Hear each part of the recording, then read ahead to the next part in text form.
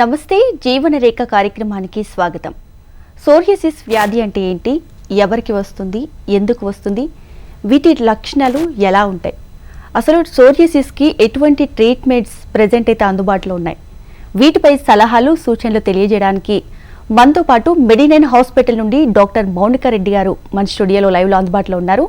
వారితో మాట్లాడి మరిన్ని విషయాలు కూడా తెలుసుకుందాం. అలాగే సోరియాసిస్కి సంబంధించి మీకు ఎటువంటి డౌట్స్ ఉన్నా స్క్రీన్ మీద కనిపిస్తున్న నెంబర్స్కి కాల్ చేసి మీ డాక్టర్ గారితో మాట్లాడొచ్చు. నమస్తే డాక్టర్. నమస్తే. How are you? ఫైన్ అండి. సో డాక్టర్ గారు ముందుగా చెప్పండి, ఈ సోరియాసిస్ అంటే ఏంటి, ఎందుకు వస్తుందంటారు? యూజువల్లీ సోరియాసిస్ అనేది ఇది ఒక స్కిన్ డిజార్డర్ అనేసి అని అంటామండి. బేసికల్గా ఈ సోరియాసిస్ స్కిన్ డిసీజ్ అనేది మనకి ఆటో ఇమ్యూన్ డిజార్డర్ అనేసి కూడా అంటాము. ఈ ప్రాబ్లమ్ని మనం అంటే బేసికల్గా ఒక పర్టికులర్ కాజ్ అనేది ఉండదు, దేని వల్లనైనా మనకు రావడానికి ఛాన్స్ అనేది ఉంటుంది, ఏ విధంగానైనా ఎఫెక్ట్ అవుతూ ఉంటుంది. ఇది స్కిన్ డిసీజ్ కాబట్టి యూజువల్లీ మనకి ఏంటంటే మన బాడీలో daily new cells 9 times of the new cells అనేవి ప్రొడ్యూస్ అవుతూ ఉంటాయి. ఎప్పుడైతే మనకి 9 టైమ్స్ ఆఫ్ ద సెల్స్ ఏవైతే ప్రొడ్యూస్ అవుతుంటాయో వాటి నార్మల్ సెల్స్ రేంజ్ కంటే ఎపిడర్మల్ సెల్స్ రేంజ్ అనేది ఎప్పుడైతే ఇంక్రీజ్ అవుతుందో మన బాడీలో అప్పుడు మనకి సోరియాసిస్ స్కిన్ డిసీజ్ అనేది అటాక్ అవ్వడానికి ఛాన్స్ అనేది ఉంటుంది. అండ్ ఇది యూజువల్లీ మనకి ఆటో ఇమ్యూన్ డిజార్డర్ అనేసి అని కూడా అంటూ ఉంటాం అన్నమాట సోరియాసిస్ స్కిన్ డిసీజ్ని. అండ్ దీంట్లో కూడా మనకి చాలా రకాల టైప్స్ ఉంటాయి సోరియాసిస్ స్కిన్ డిసీజ్లో. యూజువల్లీ అయితే కనుక మనకి ప్లేగ్ సోరియాసిస్ అని చెప్పేసి, గట్టెడ్ సోరియాసిస్ అని చెప్పేసి, ఇన్వర్స్ సోరియాసిస్ అని, పస్లర్ సోరియాసిస్ అని, ఎరిథ్రోడర్మల్ సోరియాసిస్ అని చెప్పేసి ఇలా రకరకాలుగా ఉంటాయి. ప్లేగ్ సోరియాసిస్ అంటే యూజువల్గా మనకేంటంటే మన బాడీ పైన ఎక్కడైతే ర్యాషెస్ వస్తాయో అవి క్రస్టీ ఫామ్ టైప్, స్కేలీ టైప్లో ఫామ్ అవుతూ ఉంటాయి. గట్టెడ్ సోరియాసిస్ అంటే యూజువల్లీ ఇది 1 సెంటీమీటర్ డయామీటర్లో ఫామ్ అయిపోయి ర్యాష్ లాగా కనిపిస్తూ ఉంటుంది. నెక్స్ట్ ఇన్వర్స్ సోరియాసిస్, ఇది యూజువల్లీ మనకి ఏంటంటే స్కిన్ ఫోల్డింగ్స్లో యూజువల్లీ మనకి యాక్సిలరీ రీజియన్లో కానివ్వండి, బ్రెస్ట్ బిలో రీజియన్లో కానివ్వండి, థైస్ రీజియన్లో ఎక్కువగా మనకి ఎక్కడైతే స్కిన్ ఫోల్డింగ్స్ ఉంటాయో అక్కడ మనకి ఈ ఇన్వర్స్ సోరియాసిస్ అనేది ఫామ్ అవడానికి ఛాన్స్ అనేది ఉంటుంది. Next pustular psoriasis. Pustular psoriasis అనేది మనకి ఎక్కడైతే స్కిన్ ర్యాషెస్ అనేటివి బాడీ పైన కనిపిస్తుంటాయో ఆ ర్యాషెస్ చుట్టూ మనకి పస్ లాంటిది ఫామ్ అయి ఉంటే కనుక దాన్ని మనం పస్లర్ సోరియాసిస్ అనేసి అని అంటాం. ఎరిథ్రోడర్మల్ సోరియాసిస్. ఎరిథ్రోడర్మల్ సోరియాసిస్ అంటే ఏంటంటే ఇది యూజువల్లీ మనకి బాడీ పైన మొత్తం ఆల్ ఓవర్ బాడీ అంతా ర్యాషెస్ వచ్చేస్తాయి. ఈ ర్యాషెస్ కూడా చాలా పెయిన్ఫుల్గా, బర్నింగ్ సెన్సేషన్ తోటి, ఇలా ఇచ్చింగ్గా, ఇలాంటి సెన్సేషన్ తోటి సివియర్గా ఉంటాయి ఎరిథ్రోడర్మల్ సోరియాసిస్ అనేది. అండ్ మనకి స్కిన్ కలర్ కూడా చేంజ్ అవుతుంది దీంట్లో.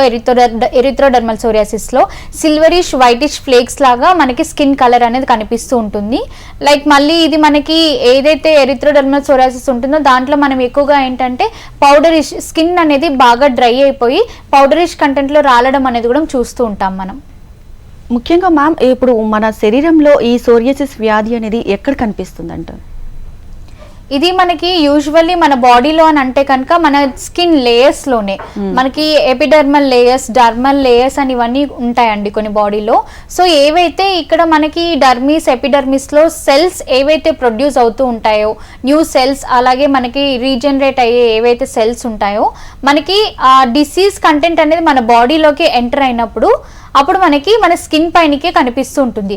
అది ఎలాంటి కాజెస్ వల్లనైనా కనిపించవచ్చు మనకి. యూజువల్గా అయితే కనుక మనకి జెనెటికల్ ఫ్యామిలీ హిస్టరీ ఉంటే కనుక దానివల్ల రావడానికి ఛాన్స్ అనేది ఉంటుంది. నెక్స్ట్ వచ్చేసి మనకి హెరిడిటరీ ఇష్యూయే కాకుండా మనకి ఏదైనా సైకలాజికల్ స్ట్రెస్ మేజర్గా అయితే కనుక మనకి ఇప్పుడు ఐటీ ఎంప్లాయీస్కి కానివ్వండి, day to day work life షెడ్యూల్స్లో లైఫ్ స్టైల్ డిజార్డర్స్ వల్ల కానివ్వండి, మన లైఫ్ స్టైల్ చేంజెస్ వల్ల కూడా మనకి మేజర్గా సైకలాజికల్ ప్రాబ్లమ్స్ వల్ల కూడా స్ట్రెస్, డిప్రెషన్, యాంగ్జైటీ ఇటువంటి ప్రాబ్లమ్స్ వల్ల కూడా మనకి ఈ సోరియాసిస్ స్కిన్ డిసీజ్ అనేది రావడానికి ఛాన్స్ అనేది ఉంటుంది. మేజర్గా అయితే ట్రిగర్ అయ్యే ఫ్యాక్టర్స్ అయితే స్ట్రెస్ ఫ్యాక్టర్స్ ఈ సోరియాసిస్ స్కిన్ డిసీజ్కి అయితే కనుక. సో ఇప్పుడు ఒక్కసారి సోరియాసిస్ వస్తే మన శరీరంలో ఎన్ని రోజుల వరకు ఉంటుందంటారు? అది లైక్ డిసీజ్ డిపెండెన్సీ అండి. ఇప్పుడు మనకి ఒక్కసారిగా స్కిన్ సిమ్టమ్స్ అనేటివి లైక్ మన బాడీ పైన ఒక ప్యాచ్ ఉంది, 2 ప్యాచెస్ ఉన్నాయి, 3 ప్యాచెస్ ఉన్నాయి అంటే కనుక ఓకే, అది స్ప్రెడ్డింగ్ అవుతూ వెళ్ళిపోయింది అంటే కనుక ఇది మనకి లోపల నుంచి మనకి రూట్స్ నుంచి హీలింగ్ అనేది స్టార్ట్ చేయాలి. మనకి ఎప్పుడైతే మనం ఒక ప్రాబ్లమ్కి లైక్ సిమ్టమేటికల్గా ట్రీట్మెంట్ ఇస్తే కనుక అది మళ్ళీ మనకి ఫ్యూచర్లో రిపీట్ అవ్వడానికి ఛాన్స్ అనేది ఉంటుంది. మనం ఎప్పుడైతే ఒక డిసీజ్కి ట్రీట్మెంట్ ఇస్తామో మన బాడీలో అప్పుడే అంటే ఆ డిసీజ్ అంటే రూట్ కాజ్ అన్నట్టు, ఆ రూట్ కాజ్కి ట్రీట్మెంట్ ఇస్తే కనుక అది ఫ్యూచర్లో మళ్ళీ మనకి రిపీట్ అవ్వకుండా రియకర్ అవ్వకుండా తగ్గించుకునే అవకాశం ఉంటుంది. సో యూజువల్గా అయితే కనుక ఈ సోరియాసిస్ స్కిన్ డిసీజ్ అనేది మనకి ఒక నెలలో తగ్గిపోద్ది, 2 నెలల్లో తగ్గిపోద్ది అని చెప్పడానికి ఉండదు. మన బాడీలో స్ట్రెస్, యాంగ్జైటీ, టెన్షన్స్ ఎన్ని రోజులైతే మనం వీటితో సఫర్ అవుతూ ఉంటామో ఎప్పుడైతే వాటిని ఓవర్కమ్ చేసుకొని మన మెడికేషన్స్ ఇలా సైడ్ ఎఫెక్ట్స్ లేని మెడికేషన్స్ హోమియోపతిలో అయితే కనుక యూజ్ చేస్తామో అప్పుడు మనం దాన్ని తగ్గించుకునే అవకాశం, పూర్తిగా పర్మనెంట్గా తగ్గించుకునే అవకాశం అనేది మనకు అనిపిస్తూ ఉంటుంది. ఇది లాంగర్ డ్యూరేషన్, ఇది క్రానిక్ డిసీజ్ అనేసి అని అంటాం మనం సోరియాసిస్ స్కిన్ డిసీజ్ అనేది. సో లాంగర్ డ్యూరేషన్ కాబట్టి మనకి ఎక్కువ కాలం ఉంటుంది మన బాడీలో. సో మనం రూట్స్ నుంచి క్లియర్ చేయాలి కాబట్టి టైం టేకింగ్ అనేది ఉంటుంది కంపల్సరీగా. మనకి యాక్షన్ అనేది ఫాస్ట్గానే స్టార్ట్ అవుద్ది, హీలింగ్ కూడా ఫాస్ట్గా కూడా అయిపోవచ్చు మనకి. సో మేడం, మరి హోమియోపతిలో సోరియాసిస్కి ఎలాంటి ట్రీట్మెంట్స్ అవైలబుల్గా ఉన్నాయి? హోమియోపతిలో అయితే కనుక మనకి యూజువల్గా ఈ ప్రాబ్లమ్కి ఫస్ట్ మనం కేస్ టేకింగ్ తీసుకుంటాం. పేషెంట్ రాగానే ఫస్ట్ ప్రాబ్లం ఎక్కడ స్టార్ట్ అయింది, ఎందుకు స్టార్ట్ అయింది, ఏ విధంగా లైక్ బాడీలో ఎక్కడెక్కడ ఉన్నాయి ప్యాచెస్ అనేటివి, బాడీ మొత్తం ఉన్నాయా లేదంటే ఓన్లీ మనకి తలలో మాత్రమే ఉన్నాయా, లేదంటే కనుక చేతులు పాదాలు కానివ్వండి, అరిచేతులు కానివ్వండి వీటిపైనే ఉన్నాయా, ఇవన్నీ చూడాలి మనం. దీంట్లో కూడా టైప్స్ అనేటివి ఉంటాయి. స్కాల్ప్ సోరియాసిస్ అని చెప్పేసి, పామర్ ప్లాంటర్ సోరియాసిస్ అని చెప్పేసి ఇలా రకరకాలుగా ఉంటాయి. సో మనం ఆ psoriasis A type of psoriasis అనేది దాన్ని చూసి దానికి తగ్గ మెడిసిన్ అనేది మన మెంటల్ సిమ్టమ్స్ కానివ్వండి, జనరల్ సిమ్టమ్స్, ఫిజికల్ సిమ్టమ్స్ అని మనకి హోమియోపతి మెడిసిన్స్లో ఉంటాయి. సో మనం ఈ మెడిసిన్స్ అనేటివి కాన్స్టిట్యూషనల్ బేస్ పైన మెడిసిన్ అనేది ఇండికేట్ చేస్తాం. అలా పేషెంట్కి కాన్స్టిట్యూషనల్గా మెడిసిన్ అనేది ఇండికేట్ చేయడం వల్ల అది రూట్ కాజ్ నుంచి ప్రాపర్గా వర్క్ అవ్వడం అనేది స్టార్ట్ అవుతుంది. సో అది మనకి ఈ ప్రాబ్లంకి అయితే కనుక మనకి హోమియోపతిలో అయితే కనుక మంచి మెడిసిన్స్ అనేవి అవైలబుల్గా ఉన్నాయి. యూజువల్గా మనకి అలోపతిలో అయితే కనుక ఎక్స్టర్నల్గా ఎన్ని ఆయింట్మెంట్స్ అప్లై చేసినా, స్టిరాయిడల్ మెడిసిన్ ఎన్ని తీసుకున్నా కానివ్వండి, వాటి వల్ల రిలీఫ్ అనేది ఉండదు. అది జస్ట్ టెంపరీ రిలీఫ్ మాత్రమే ఉంటుంది. కానీ పర్మనెంట్ రిలీఫ్ కావాలి అని అంటే మాత్రం మనకు హోమియోపతిలో అయితే మాత్రమే అవైలబుల్గా ఉందండి. సో సోరియాసిస్ వ్యాధిలో చాలా వరకు కూడా మచ్చలు అలానే ఉండిపోతుంటాయి. సో ఆ మచ్చలు తగ్గాలంటే ఏం చేయాలి, ఎలాంటి జాగ్రత్తలు తీసుకోవాలంటారు? మనకి ఏవైతే స్కిన్ ర్యాషెస్ అనేటివి బాడీ పైన ఉంటాయో అవి ఫస్ట్ మనకి డ్రై అయిపోయి దానిపైనుంచి పౌడరిష్ లాగా పొట్టులాగా రాలడం కనిపిస్తూ ఉంటుంది. సో అక్కడ ప్యాచ్ అనేది రెడ్నెస్తో ఫామ్ అయిపోయి మనకి మార్క్ టైప్ ఫామ్ అయిపోయి ఉంటుంది. అది మనకైతే కనుక హోమియోలో అయితే కనుక మనకి ఎక్స్టర్నల్గా అప్లై చేయడానికి మనం మెడిసిన్ అనేది ఇస్తామన్నమాట. ఇంటర్నల్గా రూట్స్ నుంచి క్లియర్ చేస్తూ వస్తాం కాబట్టి ఆ స్కార్ మార్క్స్ కూడా మనకి ఇంటర్నల్గా మెడిసిన్, అవుట్ సైడ్ నుంచి ఎక్స్టర్నల్ అప్లై అనేది ఇస్తాం కాబట్టి దానివల్ల మనకి స్కార్ మార్క్స్ అనేవి పర్మనెంట్గా హోమియోపతిలో రిమూవ్ అయిపోతాయి మనకి. సో కొన్ని డిసీజెస్ తీసుకుంటే అవి వేరే ఇతర వ్యాధులకు కూడా సోకే అవకాశం ఉంది. మరి సోరియాసిస్ అనేది ఎలా ఇతర వ్యాధులు ఏమైనా సోకే అవకాశం ఉంటుందా? దీనికి ఎట్లాంటి ట్రీట్మెంట్స్ ఉంటాయి? ఇది యూజువల్గా మనకి ఏంటంటే సోరియాసిస్ అనేది ఇది మనకి మన బాడీలో నుంచి సెల్ఫ్ లిమిటింగ్గా ఫామ్ అయిన డిసీజే. అంటే మనకి ఒకరి నుంచి ఇంకొకరికి కాంటాక్ట్ అయిన డిసీజ్ అనేది కాదు సోరియాసిస్ అనేది. ఇది మన బాడీలో నుంచి మన ఇమ్యూన్ సిస్టమ్ డిస్ఫంక్షన్ వల్ల, దానివల్ల లైక్ మన self limiting of the auto immune system dysfunction వల్ల వచ్చిందే కానీ మనకి ఇంకొకరి నుంచి కాంటాక్ట్ అయిన డిసీజ్ అనేది కాదు సోరియాసిస్ స్కిన్ డిసీజ్ అనేది. ఇదే కాకుండా మనకి లైక్ విటిలిగో ప్రాబ్లం కానివ్వండి, ఇటువంటి ఆర్టికేరియల్ ప్రాబ్లం కానివ్వండి, ఇవి ఏవైనా కూడా మనకి ఏంటంటే మన బాడీలో ఇమ్యూన్ సిస్టమ్ డిస్ఫంక్షన్ వల్ల వచ్చినాయే కానీ బయట నుంచి కాంటాక్ట్ అయిన డిసీజెస్ అయితే కాదు. యూజువల్గా మనకి ఫంగల్ ఇన్ఫెక్షన్స్, కాంటాక్ట్ డర్మటైటిస్ ఇవన్నీ అయితే కనుక మనకి ఏంటంటే కాంటాక్టబుల్, మనకి ఒకరి నుంచి ఇంకొకరికి రావడానికి అవకాశం అనేది కనిపిస్తుంది ఉంటుంది. అవి ఫంగల్ ఇన్ఫెక్షన్స్ ఏవైతే ఉంటాయో అవి కాంటాక్టబుల్ డిసీజెస్ అనేసి అని అంటాం మనం. అంటే మ్యామ్ ఇప్పుడు ఈ వ్యాధి అనేది ఎక్కువగా ఏ ఏజ్లో కనిపిస్తుంది అంటారు? యూజువల్లీ అయితే కనుక మనకి ప్రీవియస్గా అయితే కనుక లైక్ ఎక్కువ ఏజ్ గ్రూప్లో లైక్ 45 years 50 years ఏజ్ గ్రూప్లో వాళ్ళకి హెల్త్ ఇష్యూస్ వల్ల, స్టిరాయిడల్ మెడిసిన్ ఎక్కువగా తీసుకోవడం వల్ల, లాంగ్ లాస్టింగ్గా మెడిసిన్స్ యూజ్ చేయడం వల్ల స్టిరాయిడ్స్ వాటి వల్ల రావడానికి ఛాన్స్ అనేది ఉండేది. బట్ ఇప్పుడు ఉన్న ప్రజెంట్ జనరేషన్లో ఎలా ఉంది అంటే కనుక మనకి అడల్ట్ ఏజ్ గ్రూప్ నుంచి 15 years ఏజ్ గ్రూప్ నుంచి లేదా 10 years ఏజ్ పిల్లలప్పటి నుంచి కూడా మనకి రావడానికి ఛాన్స్ అనేది ఉంటుంది. అండ్ ఇంకోటి ఇది ఏంటంటే మనకి ఇమ్యూన్ సిస్టమ్ డిస్ఫంక్షన్ వల్ల కాబట్టి ఇది మనకి జెనెటికల్ హెరిడిటరీ వల్ల కూడా రావడానికి ఛాన్స్ ఉంటుంది. అది ఒక సర్టెన్ ఏజ్ లిమిట్ అంటూ ఉండదు, అది ఏ ఏజ్ గ్రూప్ వాళ్ళకైనా కూడా మనకి రావడానికి అవకాశం అనేది కనిపిస్తుంది. మ్యామ్ అలానే ఇప్పుడు సోరియాసిస్లో ముందుగా కనిపించే లక్షణాలు ఏంటి? సో ఎప్పుడు ఏ టైంలో మనం డాక్టర్ని కన్సల్ట్ అవ్వాలంటారు? యూజువల్గా మనకి సిమ్టమ్స్ అయితే కనుక ఫస్ట్ మనకి బాడీ పైన ర్యాష్ అనేది కనిపిస్తుంది, అది సివియర్గా ఇచ్చింగ్ స్టార్ట్ అవుద్ది, బర్నింగ్ సెన్సేషన్ ఉంటుంది, స్టింగింగ్ టైప్ ఆఫ్ పెయిన్ అనేది కూడా కనిపిస్తూ ఉంటుంది. అండ్ ఆ ర్యాష్ కూడా నెమ్మదిగా మన బాడీలో స్ప్రెడ్ అవ్వడం అనేది స్టార్ట్ అవుతూ ఉంటుంది. నెక్స్ట్ అక్కడ ఎక్కువగా డ్రైనెస్ అనేది కనిపిస్తుంది స్కిన్ అనేది. నెక్స్ట్ కొన్నిసార్లు మనకి ఏమవుతుందంటే ఈ రైనీ సీజన్లో కానివ్వండి, వింటర్ సీజన్లో మనకి ఎక్కువగా స్కిన్ డ్రై అయిపోవడం వల్ల మనకి క్రాక్స్ లాంటివి కనిపిస్తూ ఉంటాయి అన్నమాట.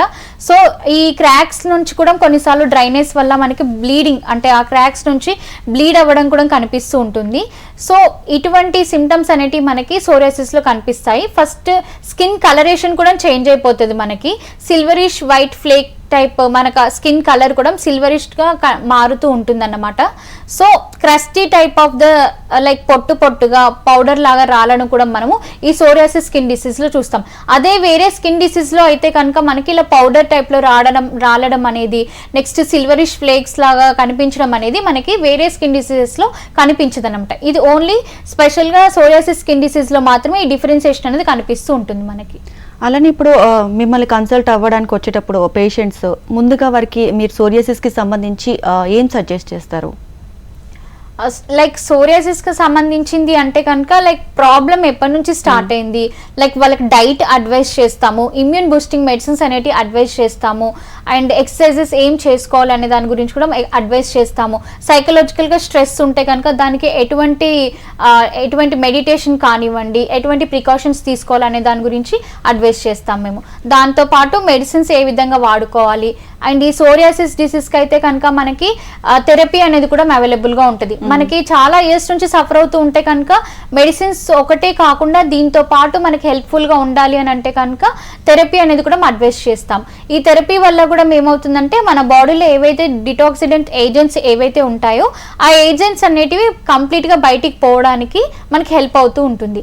సో ఆ థెరపీ ప్లస్ ఈ మెడిసిన్స్ రెండు బ్యాలెన్స్ చేసుకొని వాడుకుంటే కనుక మనకి రికవరీ అనేది ఫాస్ట్గా ఉంటుంది, తొందరగా కనిపిస్తుంది రిలీఫ్ అనేది కూడా మనకి. సో ఈ డిసీజెస్తో బాధపడుతున్న వారు ఎలాంటి ఫుడ్స్కి దూరంగా ఉండాలంటారు? అవుట్ సైడ్ ఫుడ్స్కి దూరంగా ఉండాలి, జంక్ ఫుడ్స్కి దూరంగా ఉండాలి, నాన్ వెజ్ తినకూడదు, డైరీ ప్రోడక్ట్స్ తీసుకోకూడదు, ఆయిలీ ఫుడ్స్ అనేది తీసుకోకూడదు. నెక్స్ట్ మనకి పులుపు పదార్థాలు, ఆలుగడ్డ, శామగడ్డ, కందగడ్డ, ముల్లంగి, గోంగూర, చింతపండు పులుపు, టమాటా, ఇటువంటి ఫుడ్స్ అనేటివి అవాయిడ్ చేయాలి. అవి ఎందుకు అవాయిడ్ చేయాలి అని అంటే కనుక మన బాడీలో ర్యాషెస్ అనేటివి వస్తాయి కాబట్టి ఆ ర్యాషెస్ వచ్చినప్పుడు మనకి స్కిన్ డ్రై అయిపోయి ఇచ్చింగ్ అనేది కనిపిస్తూ ఉంటుంది, బర్నింగ్ సెన్సేషన్ అనేది కనిపిస్తూ ఉంటుంది. సో అవి రిలీఫ్ అవ్వడానికి మనం ఇటువంటి ఫుడ్స్ అనేది అవాయిడ్ చేయాలి. అండ్ మన బాడీలో డిసీజ్ కూడా స్ప్రెడ్ అవ్వకుండా ఉండడానికి కూడా ఇటువంటి ఫుడ్ అనేది అవాయిడ్ చేస్తే కనుక మన బాడీలో స్ప్రెడ్డింగ్ అనేది స్టాపేజ్ అవ్వడానికి అవకాశం ఉంటుంది. Okay ma'am, next eczema, vitiligo, urticaria, skin rash, ఈ మూడు ఏంటి మ్యామ్ ఇవంటే? ఎగ్జిమా అంటేనేమో యూజువల్లీ ఇది మనకి స్కిన్ డ్రైనెస్ ఎక్కువగా ఉంటుంది. మనకి ఈ డ్రైనెస్ తో పాటు itching sensation, intense of the itching అనేది ఎక్కువగా కనిపిస్తుంది ఈ ఎగ్జిమాలో.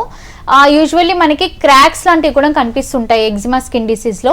అర్టికేరియల్ ర్యాష్ అంటే యూజువల్లీ మనకి ఏంటంటే స్మాల్ ప్యాపులర్ ర్యాష్ టైప్ మనకి బాడీ పైన ఇది లైక్ ఈ అర్టికేరియల్ ర్యాష్ అనేది మనకి ఫుడ్ ఎలర్జీస్ వల్ల కానివ్వండి, లేదంటే ఏదైనా మెడికేషన్స్ యూజ్ చేసినప్పుడు, స్టిరాయిడ్ మెడిసిన్స్ యూజ్ చేసినప్పుడు, అటువంటి కైండ్ ఆఫ్ మెడిసిన్స్ యూజ్ చేసినా కానీ, ఈ ఫుడ్ ఎలర్జీస్ వల్ల కానీ, బయట డస్ట్కి ఎక్స్పోజ్డ్ అయినా కానీ, మన స్కిన్ అనేది సెన్సిటివ్ ఉంటే కనుక ఇలా మనకి అర్టికేరియల్ ర్యాష్ అనేది రావడానికి ఛాన్స్ ఉంటుంది.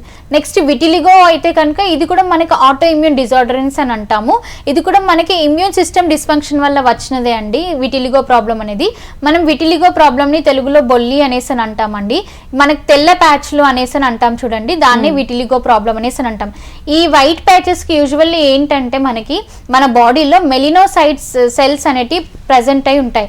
ఎప్పుడైతే మన బాడీలో మన నార్మల్ సెల్స్ ఏవైతే ప్రొడ్యూస్ అవుతూ ఉంటాయో ఈ సెల్స్ ప్రొడ్యూస్ అయ్యేటప్పుడు మనకి ఈ మెలినోసైట్స్ ఎక్కడైతే టిష్యూ సెల్స్ డ్యామేజ్ అయిపోయి ఉంటాయో అప్పుడు మనకి ఆ టిష్యూ సెల్స్ డ్యామేజ్ అయిన చోట మనకి ఈ విటిలిగో ప్రాబ్లం అనేది అంటే ఈ pigmentation white pigmentation of the skin అనేది మనకి వస్తూ ఉంటుంది అన్నమాట. దాన్నే మనం విటిలిగో అనేసి అని అంటాం అన్నట్టు.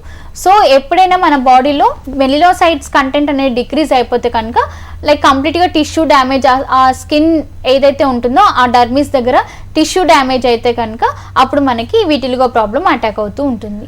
సో ఈ psoriasis, vitiligo, urticaria, skin rash ఇవన్నీ కూడా ఈ సమస్యలకు నివారించేందుకు ఎటువంటి డైట్ ప్లాన్ ఉంటే బెటర్ అంటారు? డైట్ ప్లాన్ అంటే కనుక మనకి యూజువల్గా ఇందాక నేను చెప్పినట్టుగా ఆ ఫుడ్ డైట్ ఫాలో అవ్వాలి. విటిలిగో ప్రాబ్లంకి అయితే కనుక మనం విటమిన్ సి ఫుడ్ ఎక్కువగా తీసుకోవాలి. ఎండకి ఎక్కువగా ఉండాలి. మనం మార్నింగ్ ఎర్లీ మార్నింగ్ టైంలో ఏదైతే సన్ వస్తుందో దానికి ఎక్కువగా ఎక్స్పోజర్ అవుతూ ఉండాలి ఆ సన్కి.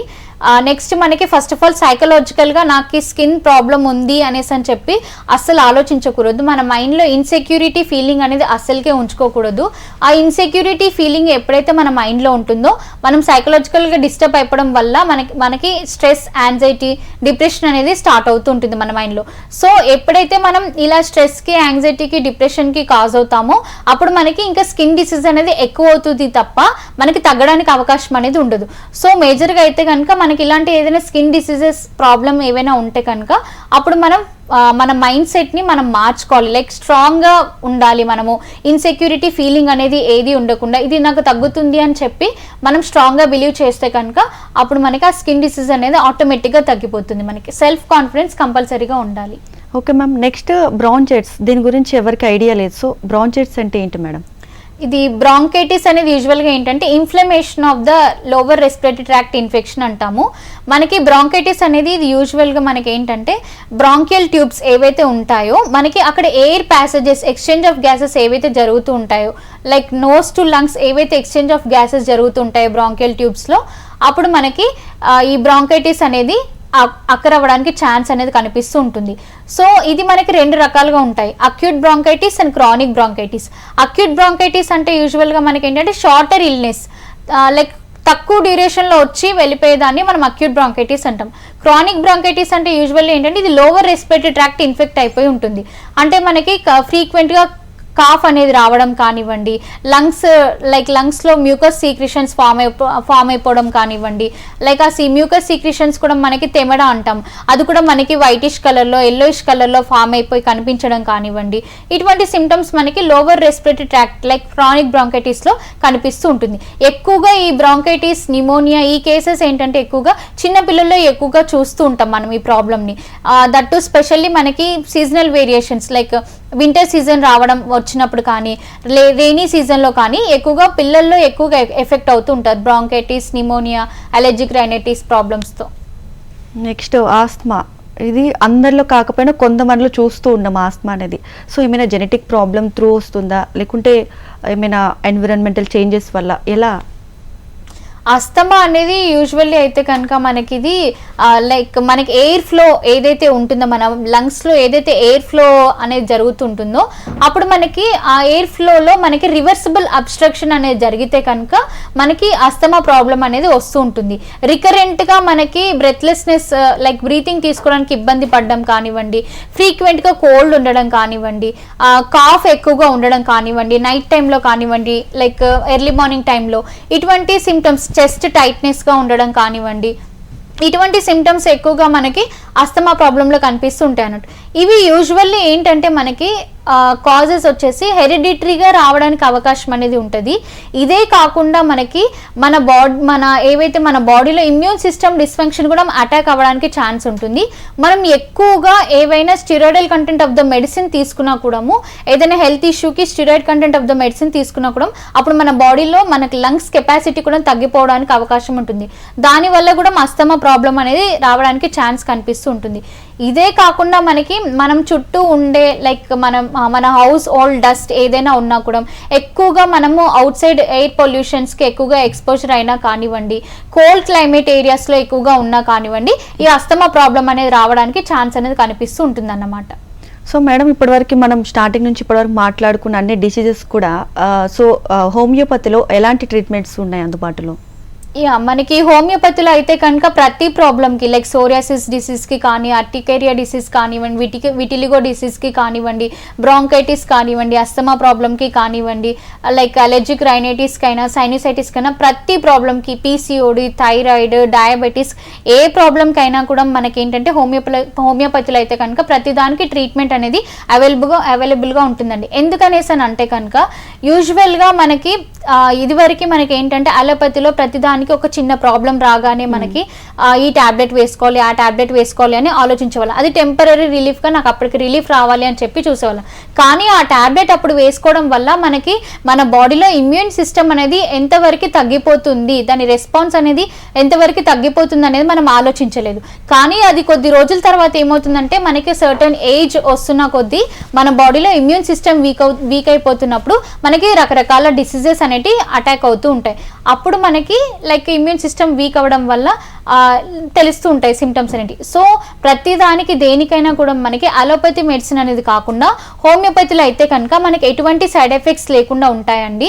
హోమియోపతి మెడిసిన్స్ అనేటివి మనకి న్యాచురల్గా ప్లాంట్ బేస్డ్ మెడిసిన్స్. సో వీటికి ఎటువంటి సైడ్ ఎఫెక్ట్స్ అనేటివి ఉండవు.